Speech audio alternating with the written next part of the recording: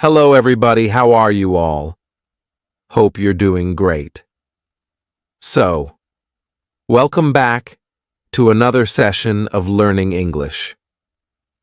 Well, today's lesson is going to be another awesome lesson because today I'm going to tell you about these 15 words that you must know to speak fluent English. So, if you know these words, if you know them, your English will become amazing and you will be able to speak fluent English. Why? Because we need words to speak in English. Now, today I have included such words which are used in a lot of spoken English. These words are not such words where you're just learning them, and they are used only in written English, highly formal English. No. These words are something that is a part of your advanced English, yet they are used in everyday conversations, and they're used a lot in day-to-day life. So, these words will make you speak fluent English. Are you all ready for this? I'm Ariel, your certified English language teacher, certified by the University of Cambridge, the UK. And before beginning, please subscribe to the channel so that you can get all the lessons that I post for you on this channel. Please like the video and share it with your friends too. Okay, now coming back to today's lesson, let's get started with these awesome 15 words, 15 essential words that you must know. And if you know them, your English will become amazing and you will speak fluent English. So, let us begin with all the 15 words. Let's get started. Word number 1. Listen carefully, everybody. It's Rosy. Rosy. Now, you must think rosy is a very easy word. That's kind of a shade of a color, the pinkish shade, pinkish hue. Well, that's true. That is true. But do you know rosy has another meaning? Let me tell you the sentence because we are going to learn everything with context. The purpose of today's lesson is to learn this vocabulary with context because only then you'll be able to speak it. So the sentence is, the prospect to sign this deal seems rosy. That means if a situation is rosy, if something is rosy, that means it's indicating success or happiness, something that is going to be hopeful in a positive way. So a rosy situation means a successful situation, a situation that will bring success, happiness, full of promises, a promising situation. Rosy is a very positive word, and it is used to describe a situation, a positive situation. So, if a situation is positive, you say, that's a rosy situation. Or you can also say that you felt rosy, right? Right. You can also describe it as a feeling, but most of the time this is described as a situation. For example, another example sentence could be, the financial condition of the company is rosy. We got a rosy opportunity to go and watch the match. Our day was rosy as we went out for a movie. So, rosy. Okay, so now it's your turn. You have to make sentences on your own. Till then, let's move on to the next word. Now, the word number 2, listen everybody. Listen carefully first. It's contemplate. Contemplate. You can repeat now. Repeat contemplate. Contemplate. Now contemplate, let's look at the sentence first. He contemplated the situation before giving any answer. He contemplated the situation before giving any answer. So contemplate is basically to think about something, think deeply about something. So thinking for a very long time or thinking too deeply about something is contemplate, right? Contemplate. Often people contemplate before taking a decision, and people contemplate when they are analyzing a situation. That means they're thinking too deeply about a situation. For example, another sentence can be, she contemplates her future too often, that she constantly thinks too deeply about her future all the time. I think that happens with all the teenagers and everyone who's growing up. I think normally that happens with people, right? So, a word with context to contemplate a situation, that is, to think too deeply about a situation or think too deeply about something for a very long time, thinking about something for a long time. So, being very thoughtful in your decision or something. Contemplate. Word number 3 is, listen everybody, delusion, delusion. Now repeat for pronunciation. Delusion. Once again, delusion. That's absolutely amazing. Now, delusion, I think that is something you're familiar with. We hear it a lot. You need to come out of your delusion and accept the reality. You need to come out of your delusion and accept the reality. So delusion is basically a situation that we have created in our mind, which is not real. It's fake. So delusion can be anything when you know about the facts, specifically when you know about the facts. You have an idea that this could be false, still you are believing those false things. That's delusion, that people are living in a delusion. So that is like if a person knows that the prospect of that person getting promoted is kind of non-existent, like they are not much, because there are other contenders who might have profound better. Now still, this person is thinking that, no, I will get promoted, even after knowing that the other person or the other contenders performed better, and they are not accepting the reality, and they're living in this delusion that I'm going to get promoted. That is kind of delusion, that you know about the facts, still you want to live in that fantasy, or the fake world that you have created. That is delusion. So yeah, you use this word now correctly. That is delusion. Another sentence could be, he's being delusional to think that he will get promoted. He is being delusional to think that he will get promoted. So, delusional is basically kind of an adjective you're using, and delusion is the noun, same word, but different versions. So, we know that we can use a word in a lot many ways. Delusion, delusional, when you don't want to accept the reality. So, that is the word. Now, word number 4. Listen carefully, everybody. Blemish. Repeat after me, blemish. Yes, once again, blemish. Excellent. Now, blemish. For that, you need to hear the sentence, there was no blemish on her beautiful white dress. There was no blemish on her beautiful white dress. Now, blemish on a white dress, that means a mark or a spot. So, blemish is basically to spoil an appearance by a spot or a mark, and that spoils the appearance of something. So, a blemish can be the spot of an ink on the white dress. It can be the spot of something that you eat. It might have fallen down. So, there was no blemish on her beautiful white dress. So, it was not spoiled without any mark, without any spot. So blemish is like a spot in the appearance. Blemish is also used for situations. For example, a particular situation is spoiled by a particular action. You can say it's blemished, means everything was so good, everything was going so well, then something happened.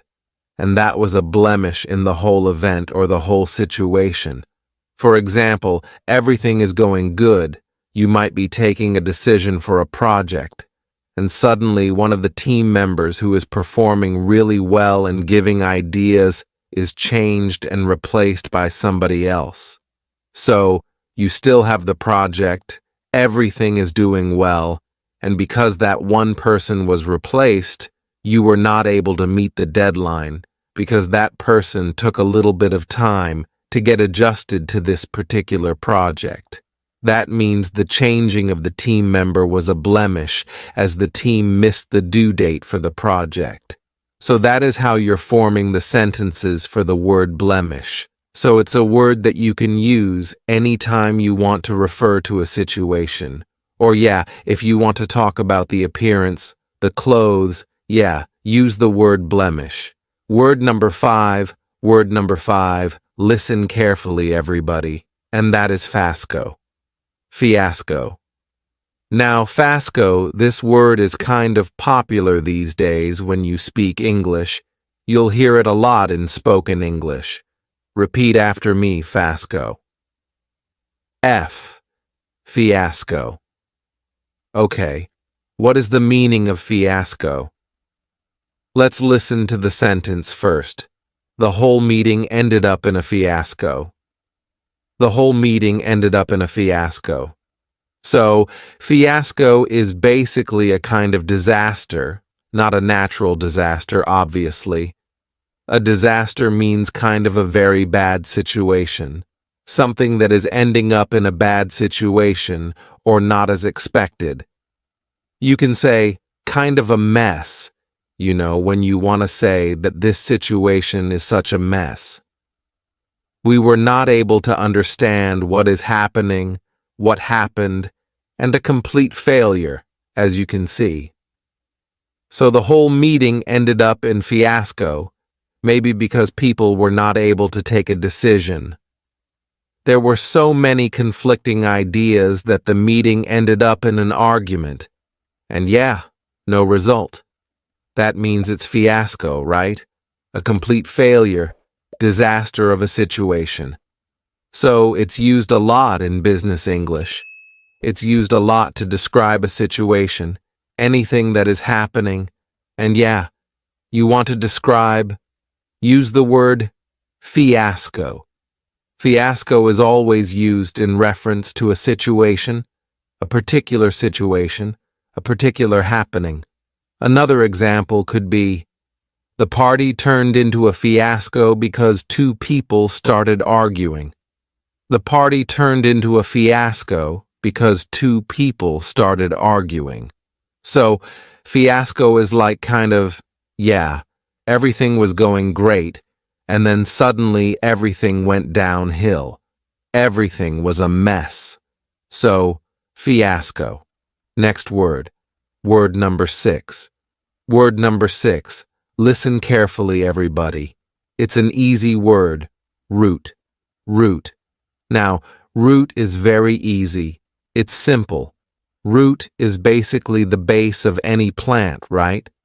The long roots that go inside the land, the soil, and that helps a plant grow. Yeah, that is a meaning of root. But root has another meaning in conversational English. Root also means the cause of something, specifically the cause of any problematic situation, the cause of any problem, why something is happening. And there is also a particular phrase which is known as root cause. So, root is basically when you want to find out what has actually led to a particular situation, the beginning of something, where everything began from, what was the cause, the reason. That is root. For example, we need to find the root cause of the delay immediately. Let's organize a meeting to discuss the root of this particular issue. So, root of the issue, that means the cause of the issue, what is basically causing this particular issue. So, root cause is a phrase that we use a lot, and root means the base or the cause of a particular issue, situation, or problem. Word number 7, listen carefully, everybody. Word number 7 is exaggerate. Exaggerate. Now repeat after me. Exaggerate. Exaggerate. Remember there is a double G in the spelling, but we do not say G, right? Exaggerate, exaggerate. Excellent. Now, what is exaggerate? Do not exaggerate the situation by adding unnecessary details. Do not exaggerate the situation by adding the unnecessary details. Exaggerate. So, exaggerate is basically to make it seem larger than reality, kind of magnify the thing. For example, you bought something, and you're going to exaggerate the price of that particular thing. I bought it for this and that. I bought it from here and that. So, that is kind of exaggerating the thing. You get to attend an event, and you tell details about it that were not true, and you're exaggerating. That means you're adding something which is more than what the event was. That means you're exaggerating. You're making it seem larger than the reality in reality what it was. For example, a very basic example could be that you stayed in a 3-star hotel on your vacation and you made it sound like a 5-star hotel, or you're telling everybody that you stayed in a 5-star hotel. It's like exaggerating the thing, kind of exaggerating the things. So, the basic example could be that exaggerate is to just add on details and make things so magnificent. In reality, they are not that magnificent, or you make them larger than reality. Another example could be, stop exaggerating about the party that you attended, or stop exaggerating the details of this project. Exaggerate. The next word, word number 8. Word number 8 is, listen carefully everybody, euphoria. Euphoria. Repeat after me. Euphoria. Once again, euphoria. Now, euphoria. The team felt a sense of euphoria after winning the match. Yes, euphoria is basically to feel extremely happy about something. When you are extremely happy, it's a sense of happiness, a sense of achievement, excitement for something, a particular situation, and it arises due to a particular situation. For example, the students were euphoric to know their results. My friend was caught up in euphoria after getting admission into her dream college.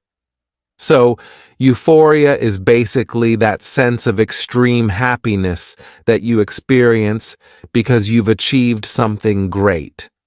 So, it produces from a moment of greatness. For example, winning a match is basically a big deal. Getting admission into your dream college is a big deal. Getting great results after an exam is a big deal. So all these situations can be described as euphoric situations where you experience extreme happiness, feeling of being elevated, like feeling like you're at the top of the world, that kind of feeling. That is euphoria. Word number 9, listen to it carefully, everybody. Futile. Futile. Now repeat after me. Futile. Futile. Futile. All her efforts to make the project were futile as it rained heavily the next day. So, all her efforts to make a great science project were futile because it rained heavily the next day. Futile means useless. Futile means that whatever you've done, it's useless, not of any use, kind of went in vain, where everything was useless, not purposeful. So, futile. Your efforts for this project will become futile if you do not add more members to your team. That means useless. If you don't submit this assignment on the deadline, your assignment will become futile. So, the assignment is going to be futile because the teacher might not accept the assignment after the due date, after the end date, and hence the assignment is futile, no use of the assignment after that. So, futile. Something that has become useless, or a situation that is useless, efforts that are useless. Sentence number 10. Listen carefully, everybody. Inevitable. Inevitable. Repeat after me, inevitable, inevitable.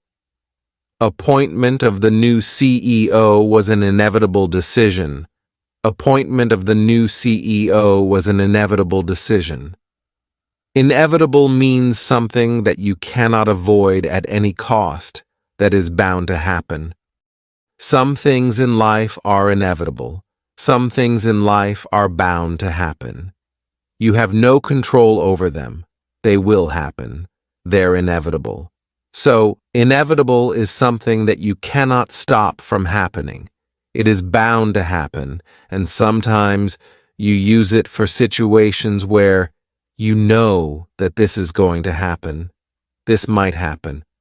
For example, the appointment of the new CEO was an inevitable decision because they might need a new CEO at that particular position. The recent CEO might be retiring, whatever was happening. So, yeah, inevitable decision. Inevitable is something that you cannot stop from happening, something that is required, that was bound to happen, whatever may be the situation, it was bound to happen.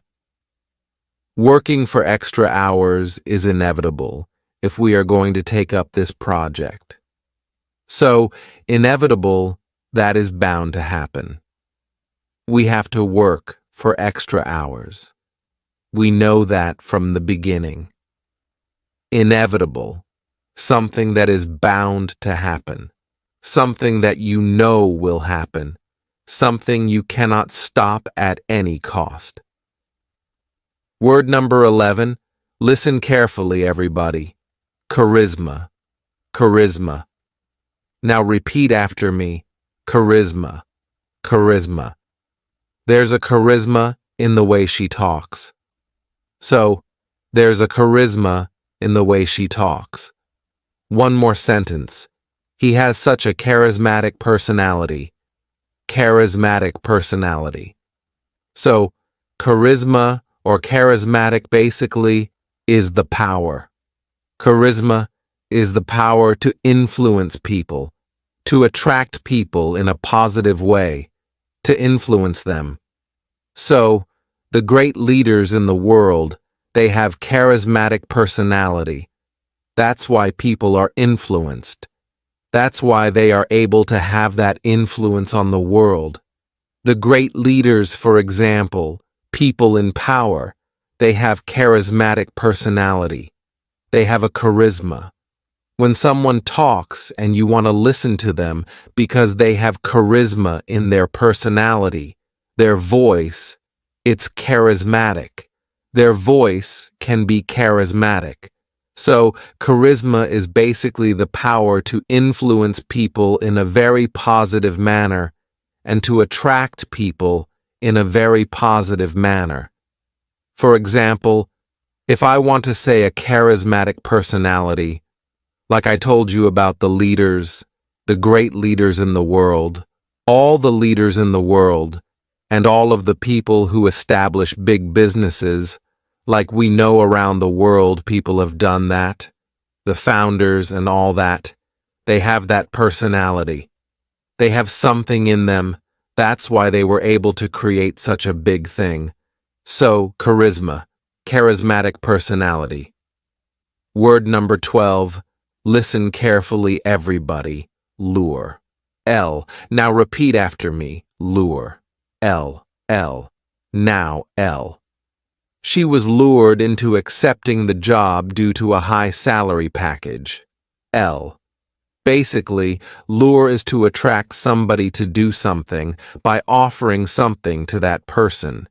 It's like you are making somebody compelled to do something by offering them something in return. You're luring them into something, okay? And often it is also used to say that something that has been done, like luring them to do something. For example, if you want something, for example, you want maybe an assignment. Your friend has a good assignment, and you lure your friend to help you with the assignment. So that is something that you can say. So, lure is to attract somebody to do something for you, and you offer them something in return, kind of a deal, as you can say. But not on the front. Like in the front, you can't say that it's particularly a deal, but kind of a deal if you think about it. For example, they launched a new campaign to lure the customers. They launched a new advertisement campaign to lure the customers. So, what are advertisements actually? They are basically to lure customers so that they can go buy that particular thing, purchase that particular thing. I think advertisements are one of the most basic concepts through which you can understand the meaning of this particular word, lure. Because once you see the particular ad, especially children, if they see the advertisement of this particular toy, of something, and this and that, they are so much lured into it that they ask the parents to purchase it, and this and that. They're too attracted towards it, right? So they offer you things. For example, if you're talking about a particular moisturizer, for example, so they are going to offer you soft skin, beautiful skin, glowing skin, and whatnot. That is like they're luring you, giving you something in return, offering you. That is the meaning of lure. One more thing can be the charm of something, right? Charm of a place or something. For example, the lure of the city lies in its green forests. So, the lure of something, that means the charm of something, specifically used to talk about a particular place for its natural beauty. Word number 13. Listen carefully, everybody. Wary. Repeat after me. Wary, wary. Now, this is not very, very much. No, it's a wary with wary, as you can see. Now, what is the meaning? Let me give you an example sentence for that. She was wary of traveling by public transport at night. Wary. She was wary of traveling by public transport at night. So, wary, to be wary is to be cautious of something, like to avoid something, to be aware, or to be cautious.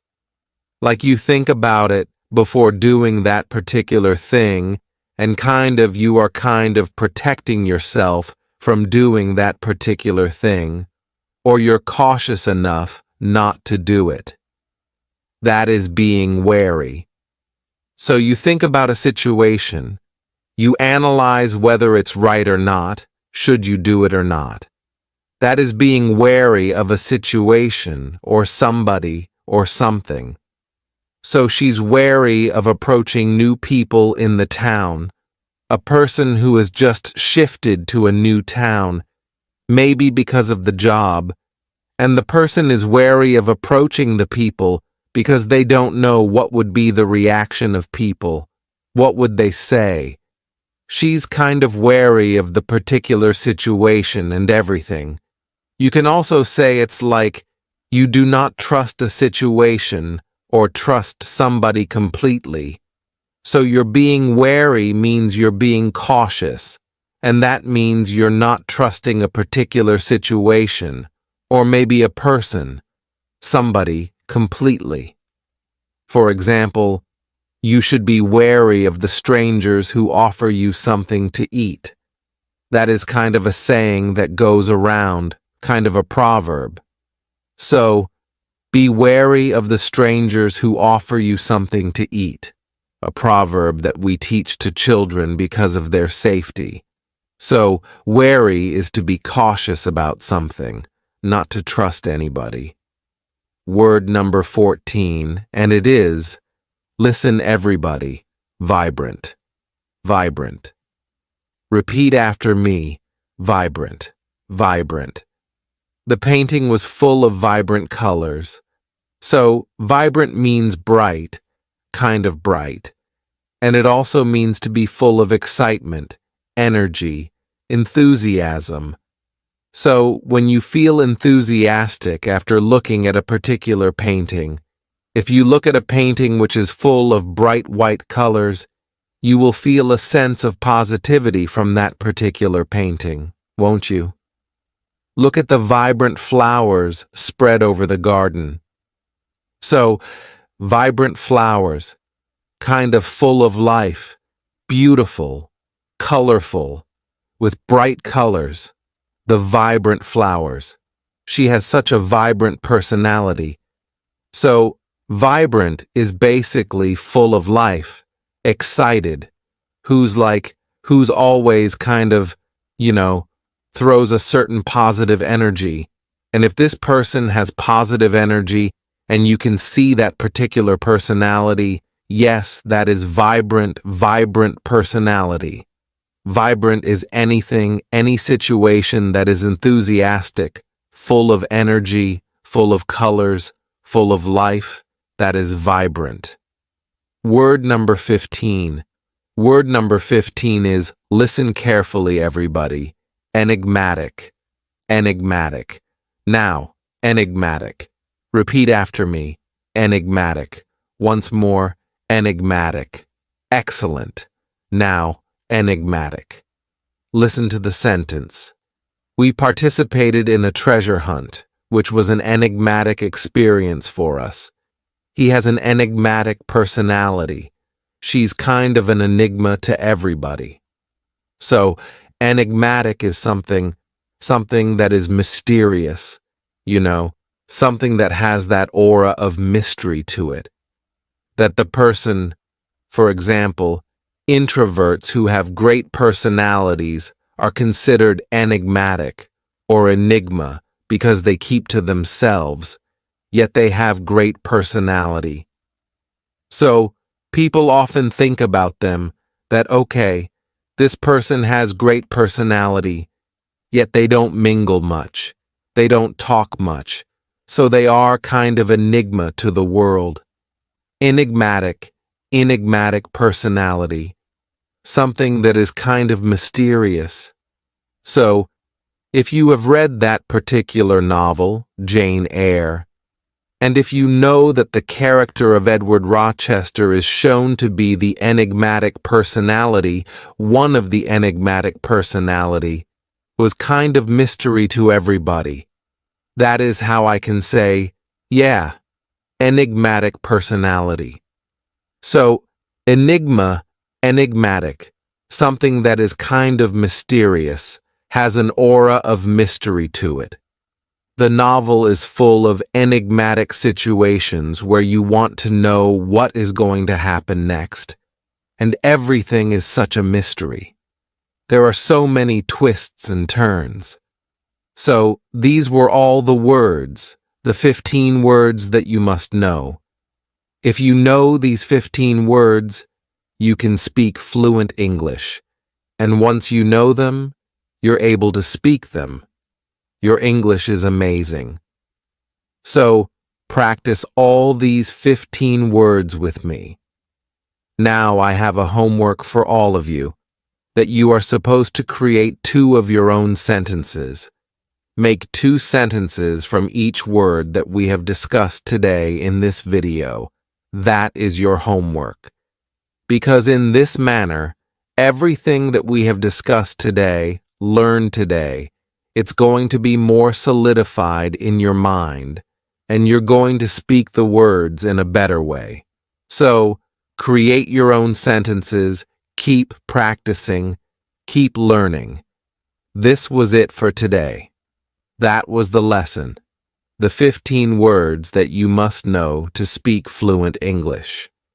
And I'm going to meet you again with a new lesson. Till then, everybody, take care and bye.